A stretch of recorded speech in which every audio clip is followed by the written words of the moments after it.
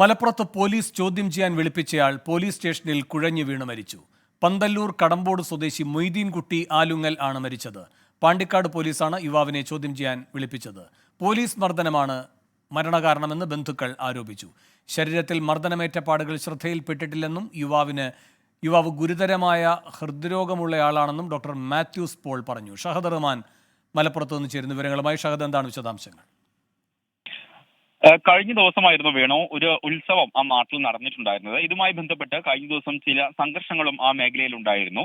ഇതിന്റെ കാര്യങ്ങൾ ചോദിച്ചു മനസ്സിലാക്കാൻ ഒരു 7 പേരെ കഴിഞ്ഞ ദിവസം പാണ്ടിക്കാട് പോലീസ് സ്റ്റേഷനിലേക്ക് വിളിച്ചു വരുത്തുകയായിരുന്നു. അതായത് ഇന്നലെയായിരുന്നു ഈ സംഭവം.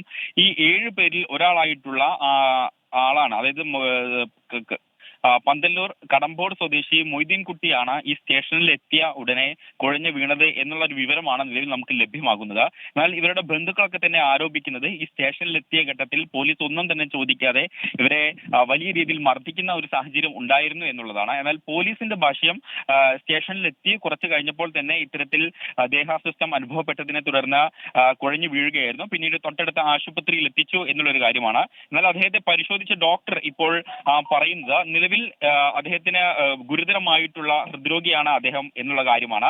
അതുകൊണ്ട് തന്നെ അതിന്റെ മരുന്ന് അദ്ദേഹം കഴിക്കുന്നുണ്ടായിരുന്നു. മാത്രമല്ല പോലീസ് സ്റ്റേഷനിൽ എത്തുന്ന ഘട്ടത്തിൽ അദ്ദേഹം മദ്യപിക്കുകയും ചെയ്തിട്ടുണ്ട്.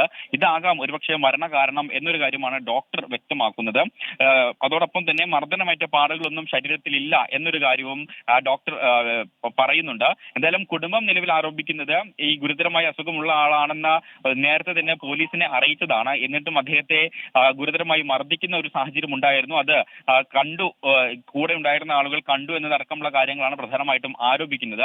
എന്തായാലും ഇതുമായി ബന്ധപ്പെട്ട് ഇപ്പോൾ മൃതദേഹം പെരിന്തൽമണ്ണയിലുള്ള ഒരു സ്വകാര്യ ആശുപത്രിയിലാണ് ഉള്ളത്. മറ്റ് തുടർ നടപടികൾ ഉണ്ടാകുമെന്നാണ് നമ്മൾ ഈ ഒരു ഘട്ടത്തിൽ പ്രതീക്ഷിക്കുന്നത്. വേണു. ശരി, ഷഹദ് റഹ്മാനാണ് മലപ്പുറത്ത് നിന്ന് വിവരങ്ങൾ നൽകിയത്.